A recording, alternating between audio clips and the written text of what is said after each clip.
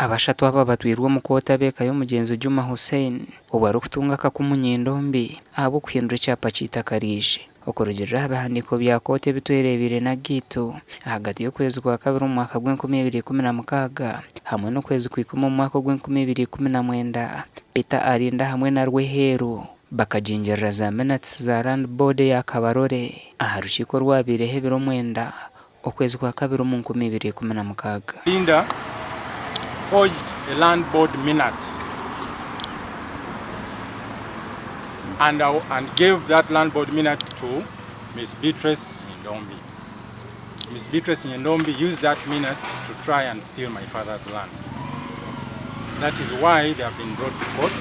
Ebihandiko hona nibyoreka ko mu kwezi kubanza mu mwaka gw'2016 Nyendombi akajingerere baruha yo kuhindura itakeri erukushangwa harugongwa hakibanjiga na mushanju baroka ya 85 mu district ya Kabarore orubajo rwa Kihababa roresire bwago Justice Smart orukora nko muhandiki wa Kabarore District Land Board okubanwe yabo mujurizo wo kubanza.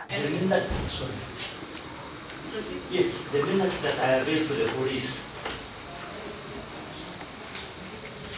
and particularly minute A7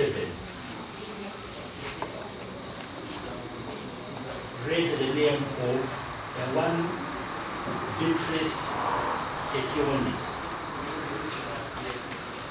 Konka abapolida b'orubajo rwa Kihababirwa ababire bebembirwe Makdasman Kabega bangire kwikirizana n'orubajo rwa Kihababa bagumize ngo ibihandiko bibahirwe kugendera hamushango gubire bitari kushana nebichaba babire nakoresa umukozo umushango ogu.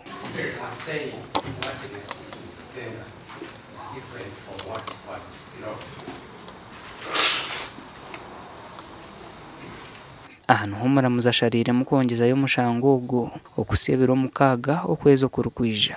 And if there are some missing, ensure that they are availed to the defense. The same list should be signed or certified by the defense counsel and a copy be made available to court. Hearing of the case can then resume upon this being done. Babeka ya Hussein bashabire ko twekora hamushango gwabo aho naho gasha kwa Jonathan Tsingwire.